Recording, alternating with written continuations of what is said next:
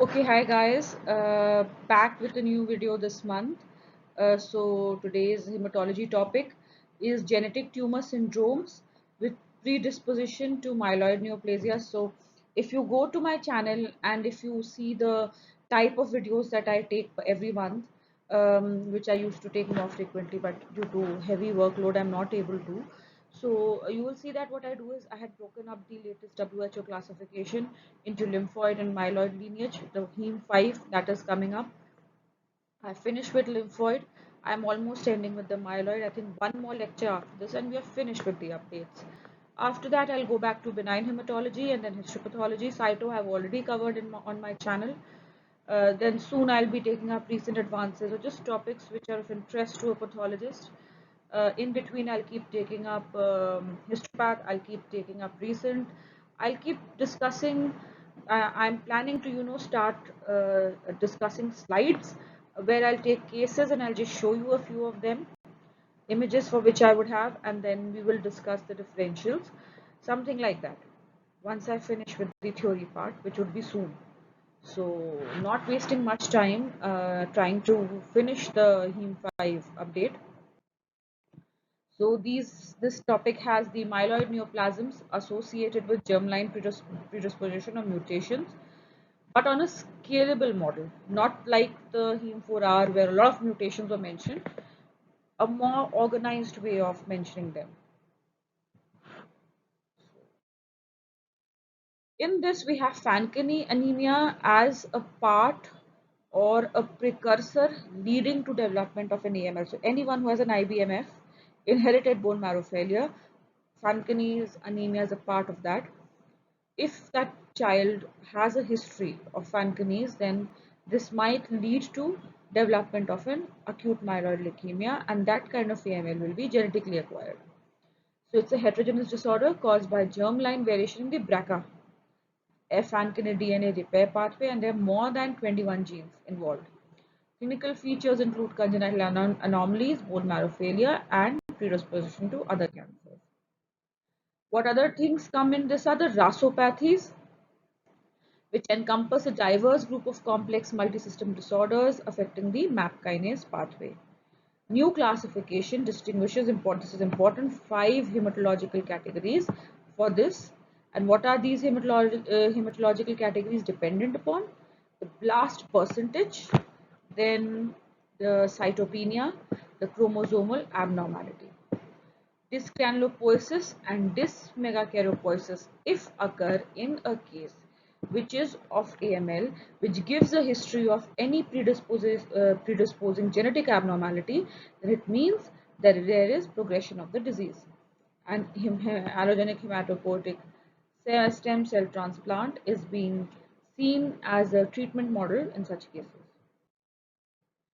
So, acute leukemia of ambiguous lineage with defining genetic abnormality include mixed phenotypic leukemias with BCR ABL fusion, mixed phenotypic leukemias with KMT2A, acute leukemia of ambiguous lineage with other defined genetic abnormalities like ZNF38, 384, this is a zinc mutation, BCL11B. So now, if you go back to the previous groups of leukemias, you would see that it was not disorderly. The genetic disposition was not mentioned in this, concise pattern. Now it is. It has separate headings like ambiguous lineage with initially ambiguous lineage or mixed phenotype was another separate category, but now they are mentioned with defining genetic abnormalities. Acute leukemia with ambiguous lineage, immunophenotypically defined, are B type, T type, rare type, and NOS and undifferentiated type. The worst prognosis being of the undifferentiated type. So, what is the lineage criteria to call something mixed? This is given by the UTOS or the European Society. So, when you have to determine that something is a mixed phenotypic leukemia, not an aberrant expression, then if you are calling the mixed phenotype to be between a mixture of say B, T or myeloid, then what particular marker should you get to call it a mixture of two different types? For B lineage, CD19 is very important. ठीक है. So if it is CD19 strong, one or more or plus criteria would be with CD19 strong, a CD10, a CD22, or a CD79A, provided the T lineage is not under consideration.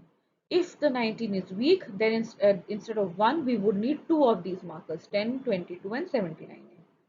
For T lineage, it is CD3. If we use anti-CD3 epsilon chain antibody, not alpha beta but epsilon, right? And intensity in part exceeds 50% of mature T cells by flow, or immunocytochemistry is positive in non-zeta chains. So if it is a flow determined diagnosis, then more than 50% CD3 positive epsilon chain antibody should be used, and we should get those cells. Myeloid is MPO, which is more than 50% in mature neutrophil, or it can be of monocytic differentiation. Then you get two or more, like NSC, CD11C. So if you want to call something myeloid lineage, either more than 50% cells should show MPO positive, or it can be monocytic lineage with 11C NSC expression. So that is how you get the term mixed phenotypic lineage. Then, of course, this will be taken separately also.